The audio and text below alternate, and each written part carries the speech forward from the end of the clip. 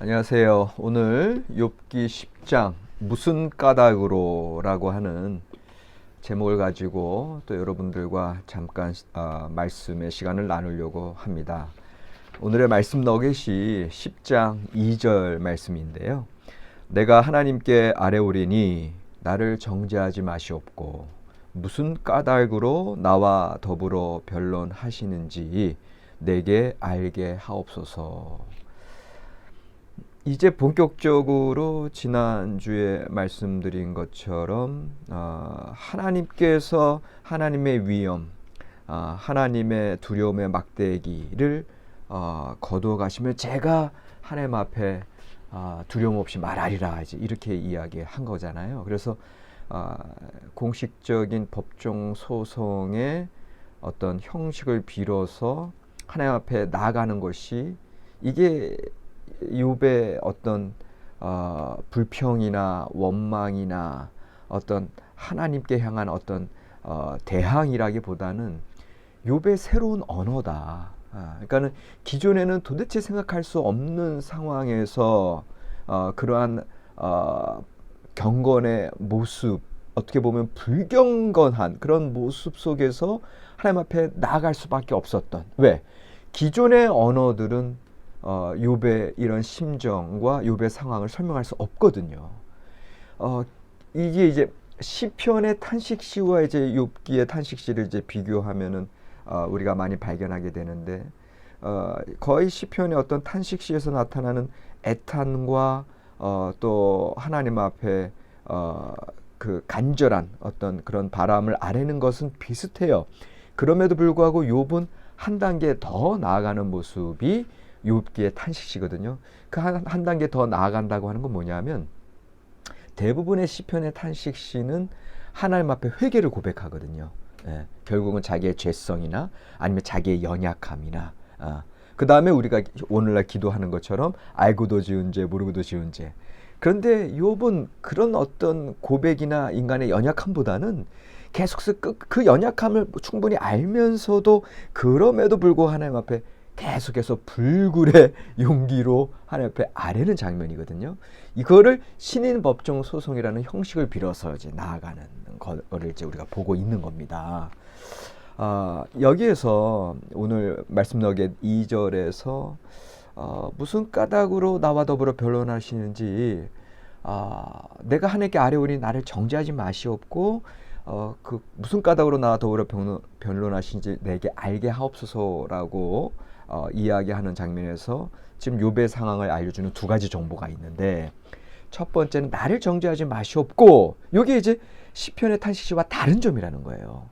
욥의 무고함, 자기의 의로움을 끝까지 새 친구들이 뭐라고 얘기하든지 간에 여성의 몸으로 인간의 몸에서 난 자가 어떻게 하나님 앞에 의로울 수 있겠느냐 이런 얘기 또 하나님과 인간 사이에 그 건너설 수 없는 그 간극 그런 것에서 불구하고 여전히 하나님 앞에 계속해서 희망의 끈을 놓지 않고 그 탄식과 기도와 그 항변의 어떤 이러한 주님 앞에 그렇게 그러한 끈을 계속해서 던지는 이런 욥의 모습을 우리가 보고 있고요. 두 번째는 이제 신인 법정 소송이라는 게 뭐예요? 내가 이런 고통을 당하는 이유, 나의 죄악을 좀 밝혀주십시오. 뭐 때문에? 이거를 계속해서 알리는 거죠. 욥의 상황은 그런 두 가지, 자기의 의로움 주장, 그 다음에 무엇 때문에 이런 고통을 당해야 되느냐. 여기서 이제 우리가 두 가지를 이제 묵상을 하게 되는데, 이제 첫 번째가 이게 질문이고 항변할 수 있는 용기죠. 이게 이제 지난주에 이제 소개해드린 그 반문 신탁이라고 하는 거. 이렇게 욥이 하나님 앞에 감히 항변하고 그렇게 나아갔는데 오히려 새 친구는 야야 너 그렇게 하면 어떡해? 네가 평소에 경외자인데 하나님 앞에 그렇게 항변할 수 있어?라고 하는 친구들과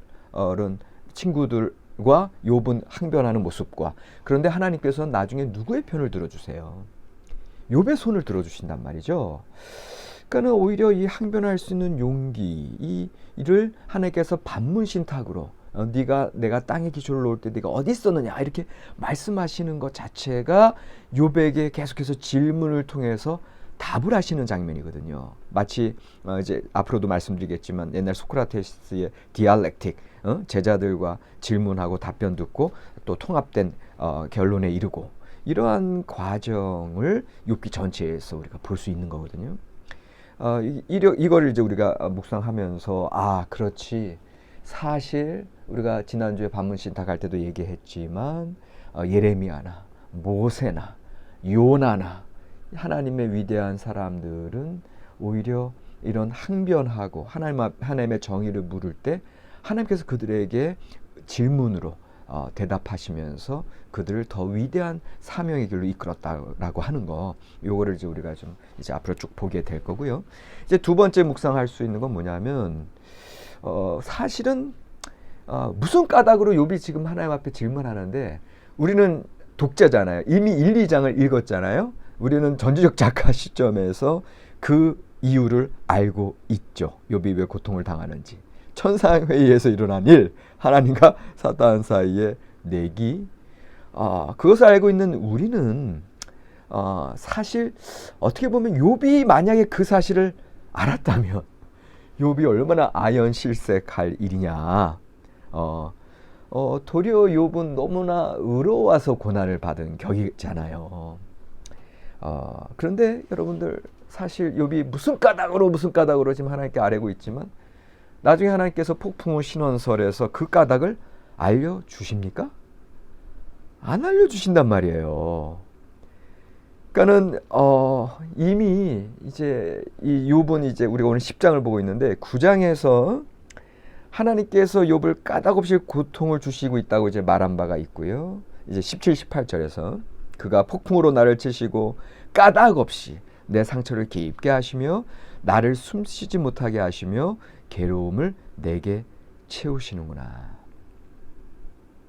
여러분들, 욥기의 위대한 점은 뭐냐면요, 욥이 탄식 가운데 이야기하고 있고, 욥은 정말 알 수 없는 힘든 어려운 상황 속에서도 이야기하고 있는데, 사실 욥이 얘기하고 있는 게 다 진실이에요. 다 사실이에요. 이게 역설적으로 욥은 탄식 가운데 항변하면서 아뢰고는 있으나 오히려 그가 항변하고 있는 것이 다 사실로 나중에 판명이 돼요. 여기서도 9장에서 이미 까닭 없이 나를 치시는구나, 실제로.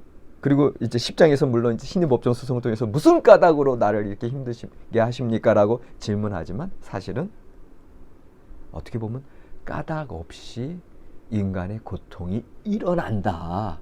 이걸 이제 욥기에서 우리에게 알려주는 또 중요한 그런 사실 중에 하나이거든요.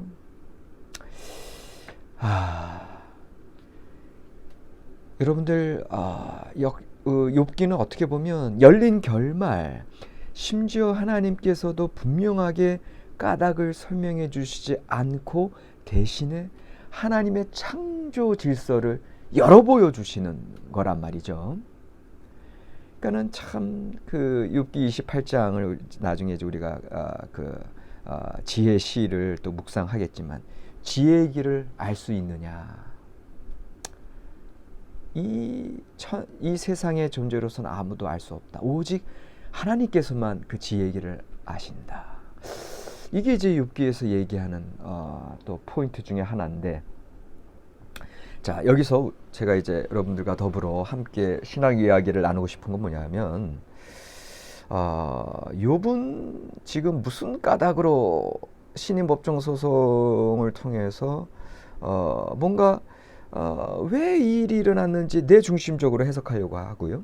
또 우리 모든 인생은 일반적으로 이해하고 싶어 해요. 나에게 일어난 일들을 우리가 원인을 찾고 해석하고 분석하는 삶을 나도 모르게 살아가고 있어요. 그게 나의 방어 기제예요.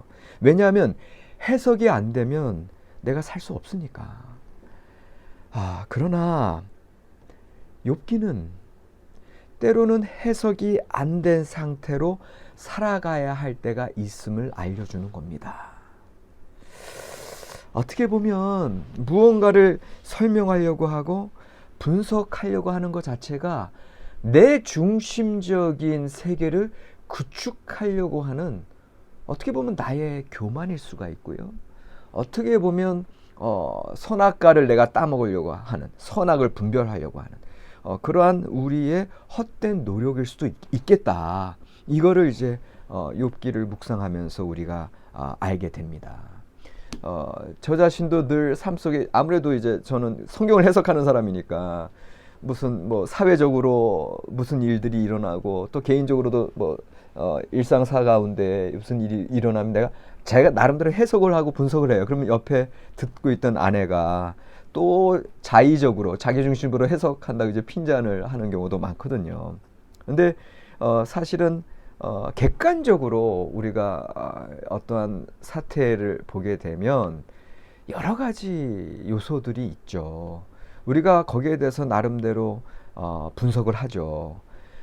그러나 궁극적인 어떤 이 세상의 모든 일들이 내 해석과 내 분석으로 판단될 수 있는 게 아니잖아요.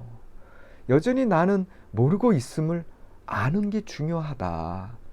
그리고 어떻게 보면 하나님께서 이 욥기를 통해서 우리에게 알려주시는 바는 나중에 욥이 이제 하나님께서 이제 나의 생각을 어둡게 하는 자가 누구냐라는 말씀을 이제 38장에서 이렇게 그 말씀을 외치시면서 신원서를 시작하시는데 나중에 욥이 두 번째 응답에서 내가 알 수도 없는 일, 헤아릴 수도 없는 일을 말씀드렸나이다, 이런 얘기를 하잖아요.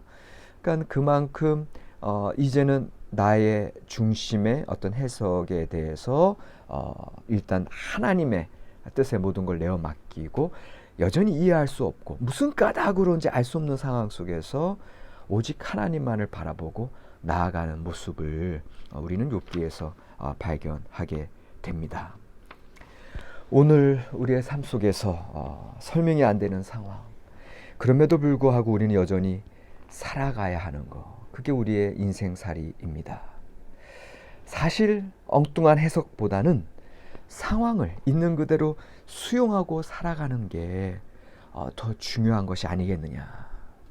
그리고 그럼에도 불구하고 여전히 우리의 최종적인 응답은 살아계신 하나님에게 있다라고 하는 그런 믿음으로 살아간다고 하는 게 오늘 우리에게 주시는 하나님의 메시지가 되겠습니다. 그렇기 때문에 오늘 힘들고 어려운 삶을 사는 우리에게 결국 우리는 기도로 주님 바라보면서 인내함으로, 그러나 여전히 질문해야 함을, 그러나 그 질문은 이제 무슨 까닭으로가 아니라 10장 1절, 이제 2절은 무슨 까닭으로 나왔는데 그 바로 앞서 1절에 이런 게 나오죠.